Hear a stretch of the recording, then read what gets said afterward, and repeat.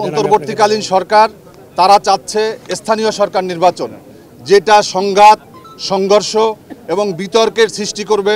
দ্রব্যমূল্য নিয়ন্ত্রণ কমিশনের জন্য বাংলাদেশ লেবার পার্টির পক্ষ থেকে আমরা আবেদন জানিয়েছি। প্রধান উপদেষ্টা আজকে আমাদের বিভিন্ন রাজনৈতিক দলসমূহের সাথে বৈঠকে বসেছেন। সেখানে আমি বাংলাদেশ লেবার পার্টির পক্ষ থেকে আমি সুনির্দিষ্ট কিছু কথা বলেছি। আমরা বলেছি যে আমরা কয়েকদিন আগে শুনেছি যে স্থানীয় সরকারের যে উপদেষ্টা তিনি বলেছেন যে সরকার নীতিগতভাবে সিদ্ধান্ত নিয়েছে স্থানীয় সরকার নির্বাচনের।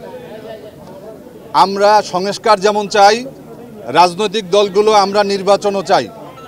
আমরা জানি যে এই রাজনৈতিক সংকট উত্তরণের জন্য প্রথমেই দরকার জাতীয় নির্বাচন। অন্যদিকে এই অন্তর্বর্তীকালীন সরকার তারা চাচ্ছে স্থানীয় সরকার নির্বাচন, যেটা সংঘাত, সংঘর্ষ এবং বিতর্কের সৃষ্টি করবে। ক্যামেরায় ওয়াও, স্টাইল দেখাও, Xenon X21 পারলে ঠেকাও। এজন্য আমরা বলেছি যে সর্বাগ্রে যেই সমস্ত সংস্কারগুলো প্রয়োজন সুষ্ঠু এবং গ্রহণযোগ্য নির্বাচনের জন্য, সেই সংস্কার করার জন্য আমি বলেছি যে মাননীয় প্রধান উপদেষ্টা তিনি একটি গাইডলাইন দিয়েছেন জাতিকে যে আগামী ডিসেম্বর মাসে জাতীয় নির্বাচনের, কিন্তু আজকে ফেব্রুয়ারি মাস মধ্যবর্তী চলছে এবং সামনে যেই সময়টুকু আছে এই সময়ে জাতীয় নির্বাচনের জন্য যেই কাজ করা দরকার, যেই আয়োজন করা দরকার, সেই আয়োজন পরিলক্ষিত হচ্ছে না। এজন্য দৃশ্যমানভাবে এই কাজ করা দরকার।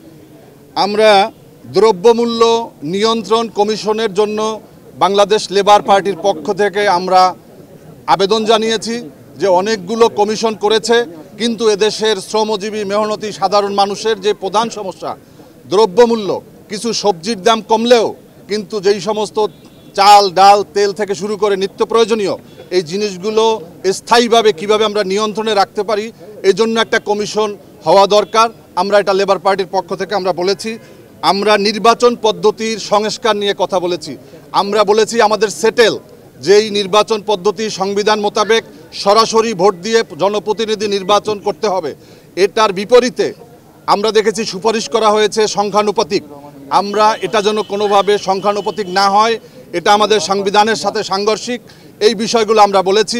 আমরা বিশ্বাস করি সরকার এদেশের জনগণের প্রতি আস্থা এবং বিশ্বাস এবং আগামী দিনের পথ চলাকে সুন্দর করার জন্য সবাই তারা সুন্দর একটা সিদ্ধান্ত নেবে এবং আগামীতে আমাদের বিভিন্ন সংস্কার কমিশনের সাথে রাজনৈতিক দলগুলোর সাথে আমাদের বৈঠক হবে।